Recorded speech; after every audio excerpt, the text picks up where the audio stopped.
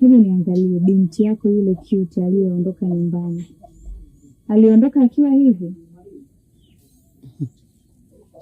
Mwanangu, ndoa si lele mama. Ndoa unataka ujikaze, ndio ikaitwa ndoa. Najua umenielewa. Kwa hiyo nataka kumaanisha kwamba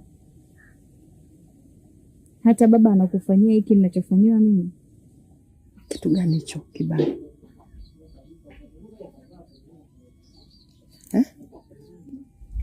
Hamna kitu. Haya, kanete maji.